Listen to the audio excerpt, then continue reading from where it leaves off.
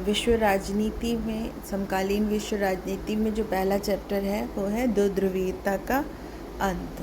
तो सबसे पहले इसमें हम जानेंगे दो ध्रुवीयता का अर्थ क्या है। यहाँ पर शॉर्ट में लिखा है 1945 के बाद, 1945 में द्वितीय विश्व युद्ध, सेकेंड वर्ल्ड वॉर ख़त्म हुई। 1945 में द्वितीय विश्व युद्ध ख़त्म होने के बाद विश्व का विचारधारा के आधार पर दो गुटों में विभाजन हो गया। तो विश्व के इसी वैचारिक विभाजन को कहा गया दो ध्रुवीयता या बाइपोलैरिटी। अब ये दो ध्रुव था, इसमें जो एक ध्रुव था, एक साइड, एक गुट, वो था पूंजीवादी विचारधारा वाला मानने वाला, जिसका नेतृत्व अमेरिका कर रहा था, और जो दूसरा ध्रुव था वो था साम्यवादी विचारधारा वाला, जिसका नेता था सोवियत संघ। तो इस तरह से विश्व का दो गुटों में बंटना विचारधारा के आधार पर, पूंजीवादी और साम्यवादी, उसे कहा गया दो ध्रुवीयता। ये व्यवस्था 1945 से 1991 तक चली। 1991 तक क्यों? यहाँ पर एक जो आपके चैप्टर का नाम भी है, दो ध्रुवीयता का अंत। 1991 में, दिसंबर 1991 में ये जो दूसरा गुट था सोवियत संघ, इसका विघटन हो गया, ये समाप्त हो गया, और इसके समाप्त होने के साथ एक ध्रुव खत्म हो गया और विश्व व्यवस्था एक ध्रुवीय हो गई। तो दो ध्रुव खत्म होकर विश्व में एक ही ध्रुव रह गया, एक ही महाशक्ति रह गई, अमेरिका, और उसी की विचारधारा प्रबल हो गई। तो इस घटना को, किस परिघटना को? सोवियत संघ के अंत होने की घटना को ही दो ध्रुवीयता का अंत कहते हैं। इस चैप्टर में आप लोगों को सोवियत संघ क्या था, क्या प्रणाली, क्या विशेषता थी उसकी, क्यों उसका अंत हो गया, किन कारणों से, और उसके अंत होने का विश्व की राजनीति पर क्या प्रभाव पड़ा, भारत पर क्या प्रभाव पड़ा, यही आपको इसमें जानना है। इसमें जो पहली चीज़ इस जानने की होगी वो है सोवियत संघ बना कब, निर्माण कब हुआ उसका। तो 1917 में रूस की क्रांति, जिसके द्वारा जो वहाँ के राजा हैं, राजतंत्र, उसको ख़त्म करके वहाँ पर साम्यवादी शासन स्थापित कर दिया गया, साम्यवादी दल का। ये घटना हुई 1917 में, और वहाँ उसमें जो ये जो क्रांति हुई थी, ये इम्पॉर्टेंट क्वेश्चन हो सकता है, किसके नेतृत्व में हुई थी? व्लादिमीर लेनिन, शॉर्ट में इनका नाम लेनिन के नाम से प्रसिद्ध है। 1917 में रूस की क्रांति से शासन परिवर्तित हुआ, राजतंत्र की बजाय एक दल की तानाशाही वहाँ गठित हुई।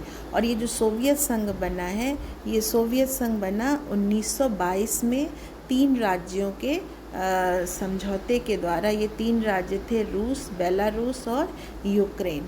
इन 3 राज्यों के समझौते के माध्यम से सोवियत संघ का गठन हुआ। बाद में इसमें 15 गणराज्य और शामिल हुए। तो स्टार्टिंग इसकी हुई 3 राज्यों से, और बाद में धीरे धीरे और जो अगल बगल के राज्य थे शामिल हुए। तो इस तरह से टोटल संख्या हो गई 15।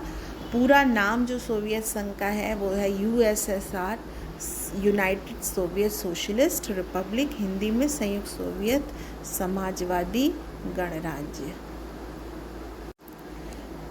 इसके बाद सोवियत संघ की विशेषता की क्या चीज़ें थीं, क्या विशेषताएं थीं जो इसे पूंजीवादी व्यवस्था से अलग करती थीं, वो इस प्रकार हैं।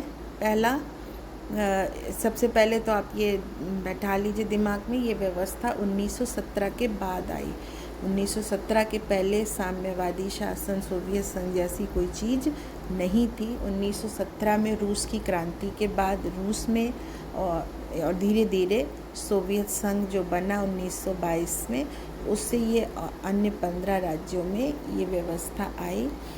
इसकी जो पहली विशेषता है कि ये समाजवादी आदर्शों पर, जो मार्क्स का समाजवादी आदर्श था, समाज में समानता लाने का और उसके तरीक़ों पर, उस पर आधारित था। और जो अभी तक की प्रचलित पूंजीवादी व्यवस्था थी, ये उसका विरोध करती थी। सोवियत संघ की पहली विशेषता कि ये समाजवादी आदर्शों पर आधारित है और पूंजीवाद का विरोध करती थी।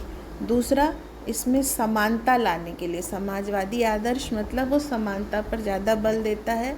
तो समानता लाने के लिए जो असमानता का मेन साधन है, निजी संपत्ति, वो समाप्त कर दिया गया। जो हम किसी को कैसे गरीब या अमीर मानते हैं कि उसके पास कितनी संपत्ति है, तो समाजवादी शासन व्यवस्था में निजी संपत्ति को ही समाप्त कर दिया गया, जिससे कि समाज में समानता आ जाए।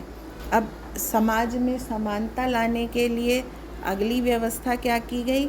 अब इसको स्थापित करने के लिए इस व्यवस्था को कम्युनिस्ट पार्टी, साम्यवादी दल जिसके नेतृत्व में क्रांति हुई थी, उसने तानाशाही व्यवस्था स्थापित की। और उस तानाशाही व्यवस्था के द्वारा जो है सारी व्यवस्था पर, खासकर जो सोवियत संघ की अर्थव्यवस्था थी, उसके कृषि उद्योग सब पर कम्युनिस्ट पार्टी का पूरा नियंत्रण रहा। और इस नियंत्रण के माध्यम से समाज में समानता लाने का प्रयास किया। तानाशाही व्यवस्था का मतलब है कि जो राजनैतिक प्रक्रिया थी, चुनाव थे, उन सब में सिर्फ एक ही दल को, साम्यवादी दल को ही शासन में भाग लेने का, हिस्सेदारी करने की अनुमति थी। यहीं पर इसको जो सोवियत संघ है, वहाँ पर एक फ्रेज प्रचलित हुआ, एक टर्म प्रचलित हुआ, यहाँ पर एक शब्दावली प्रचलित हुई, दूसरी दुनिया, सेकेंड वर्ल्ड। दूसरी दुनिया इसी समाजवादी व्यवस्था जो सोवियत संघ के माध्यम से लाई गई, उसको इंडिकेट करने के लिए, बताने के लिए इस टर्म का इजाद हुआ। और दूसरी दुनिया में पूर्वी यूरोप, अगर आप यूरोप का मानचित्र देखेंगे तो जो उसके पूर्वी यूरोप के हिस्से हैं, हंगरी, पोलैंड, यूक्रेन, तो ये जो हिस्से जो द्वितीय विश्व युद्ध के बाद जो समाजवादी प्रभाव में, सोवियत संघ के प्रभाव में जो देश आ गए थे, इन्हीं को दूसरी दुनिया कहा गया, जिनका नेतृत्व सोवियत संघ के हाथ में था।